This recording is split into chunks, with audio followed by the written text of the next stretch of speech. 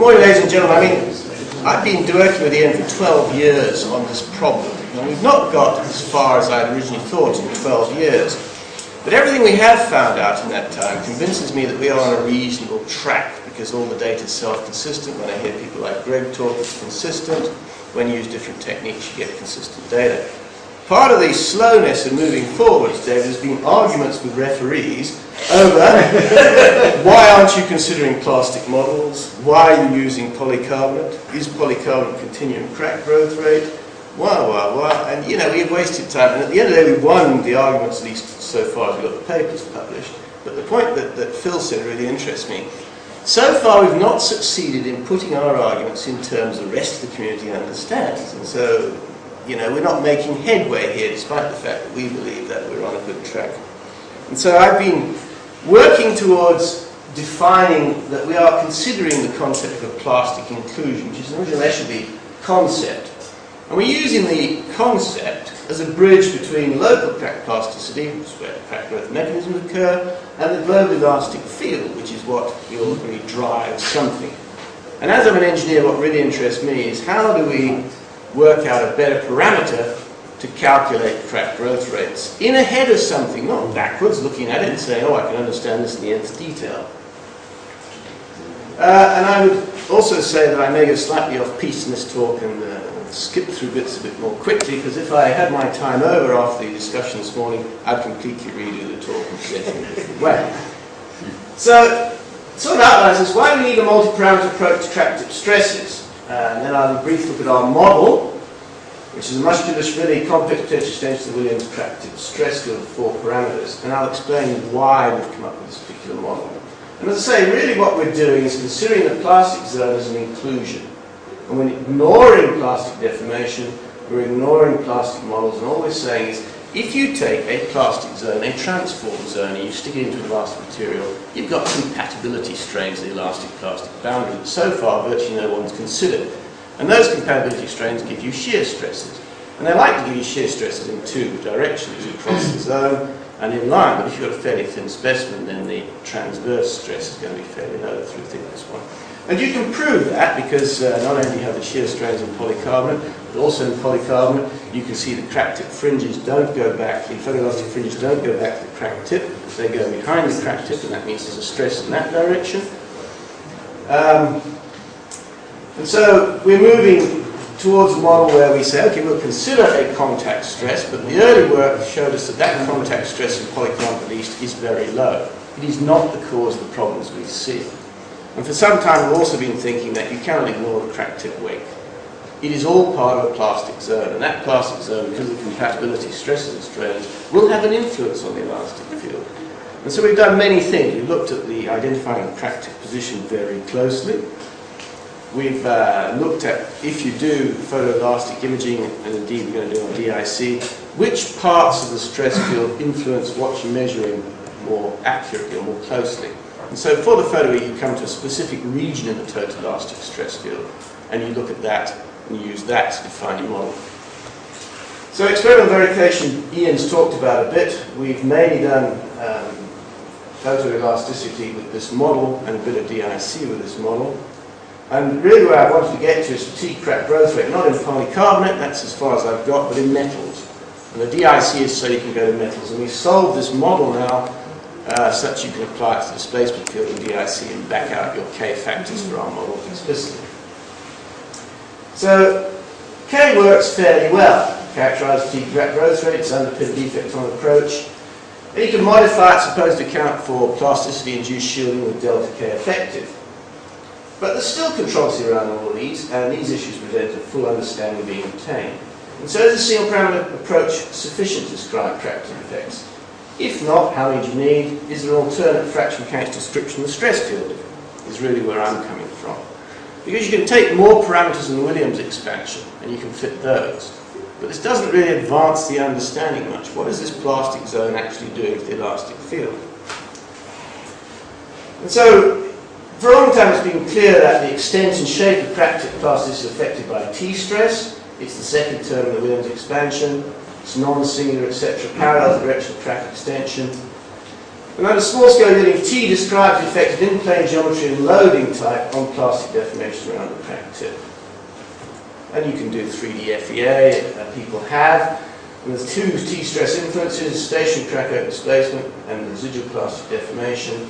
And you've got a strong influence of T on crack front stresses and deformation fields. And you can fiddle with T-stresses and get the various sorts that do nice things. In our model, you can change what the parameters on the stresses. These are our model fringe patterns, increasing T-stress from left to right and negative T-stress. And so the fringes we get show a positive T-stress effect. And you can just fiddle with this as much as you want. And I would also say we got slagged off for the T-stress when we tried to publish that as well. So we've not done very well in this work in terms of getting things published without some argument. Okay, if you do two parameter K and T, you capture influences the applied elastic field on local plastic deformation. Fine. What you don't do is capture any influences on the applied elastic field of the crack tip shielding which arises from generations of plastic enclave. So you've got a plastic weight and you've got a forward crack tip plastic zone.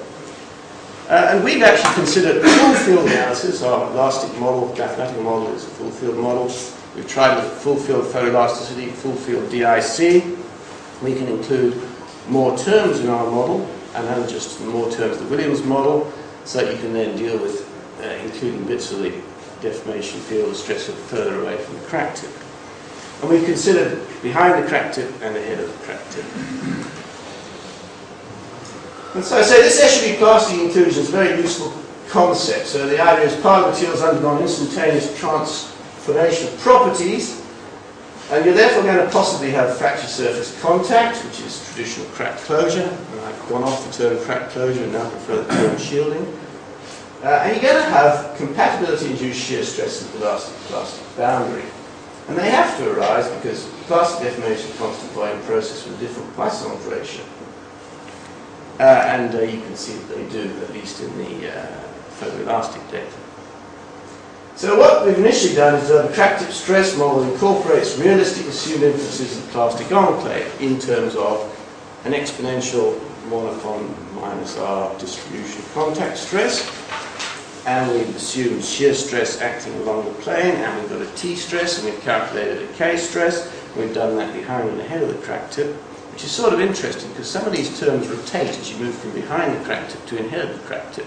And therefore you can start to talk about a stress based on the stress, K parameter, stress intensity parameter based on stresses perpendicular to the crack that's driving the crack growth, a forward stress intensity factor, and something we call KR, retarding stress intensity factor, that captures all the influences acting against the crack. And you can also define a shear stress, stress intensity parameter if you wanted to.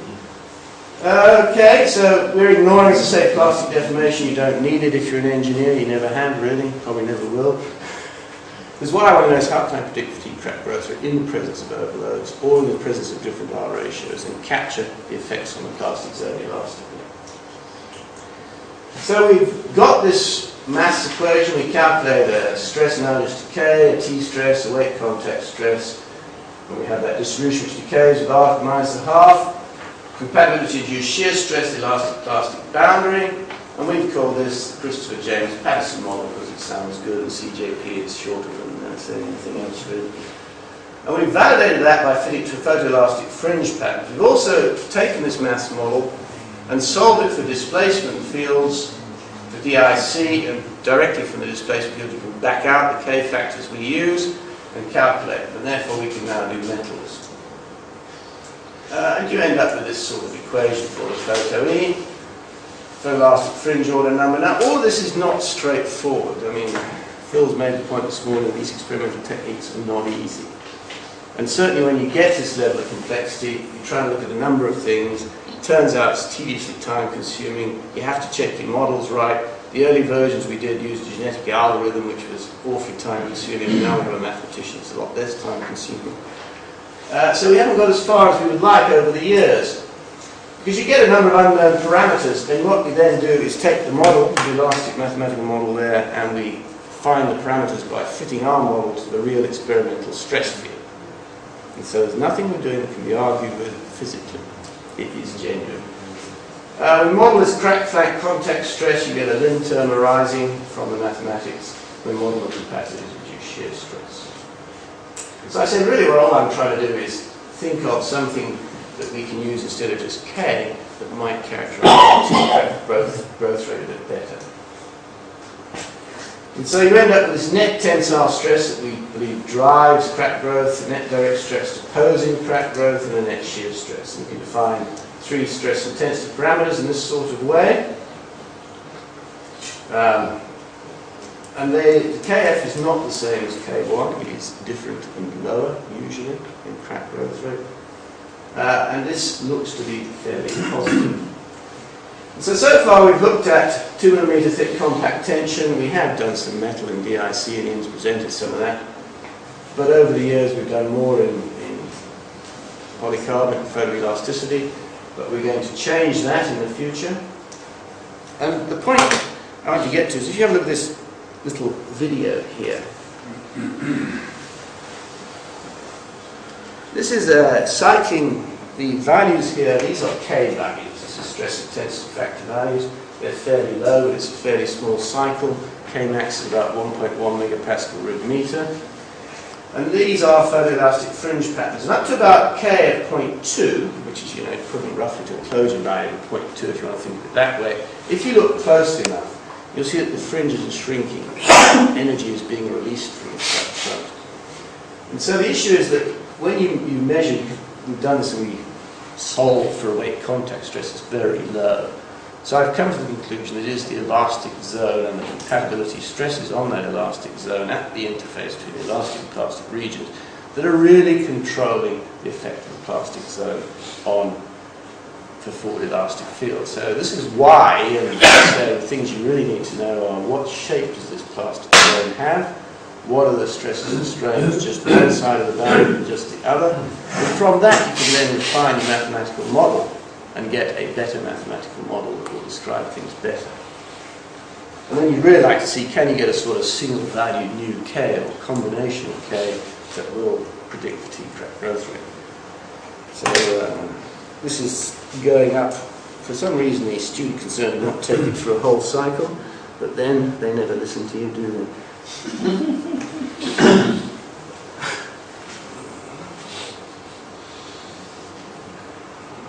So it's really only after 0.2 that you see things starting to change. And if you look carefully before 0.2, energy is being released from the crack. And so that's the best illustration we have yet obtained of the fact that there is something happening in the bottom part of the cycle. It's not a wet contact stress. We believe it is a constraint issue on the plastic zone. Or, the residual deformations in the plastic zone of compatibility stresses are exerting a back stress on the forward elastic field.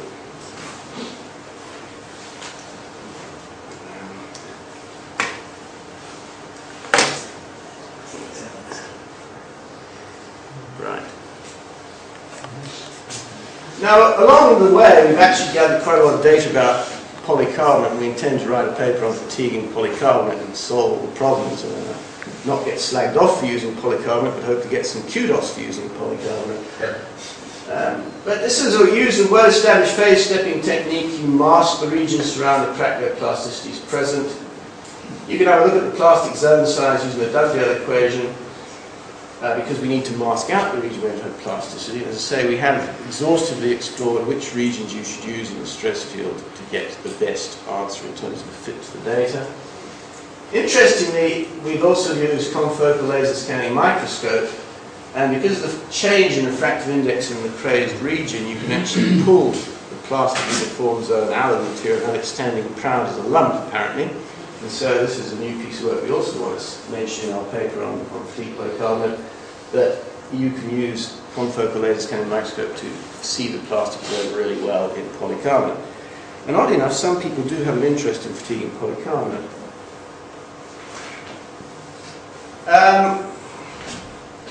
So we've also then taken our model and its fit to the experimental data and the standard Williams solution with 2 terms, K and T stress, and the standard Williams solution with the first 4 terms in it, to see which gives you the smallest data when you fit it to the experimental field.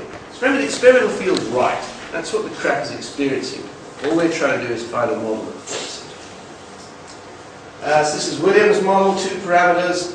You get a K value, a T stress, you have a standard deviation mean and a residual. 4 parameters, that gets a little bit better. With our new model of 4 parameters, it gets really quite a lot better. But notice that, as Greg Linker said, and consistently, our peak Kf value is not the same as the capital K1. It is in fact lower. And it is those retarding stresses that are affecting the stress we're using to calculate K and reducing it. And so the classic K is overestimating, in our view, the real K in the presence of crack, which is not unexpected because you don't have a sharp crack, you've actually got a blunted region sitting in there. And that's why I'm talking about plastic inclusion nowadays. And we're given the other values, you have Ks value and a Kr value. Now one of the difficulties for us is polycarbonate is a bit of a pig. You do get plasticity, you don't get very much, you don't get very big values for anything. So we're looking forward to moving to metal where we might have a decent differentiator between Kr and Ks. And so this is the sort of data you can get. These are typical results for loading half cycle, for different crack lengths and specimens. And this is data for Kf, Kr and Ks through a loading half cycle, say. 3 different specimens, 3 different crack lengths, 25.7, 27.6, and 31.74, in fact, and 35.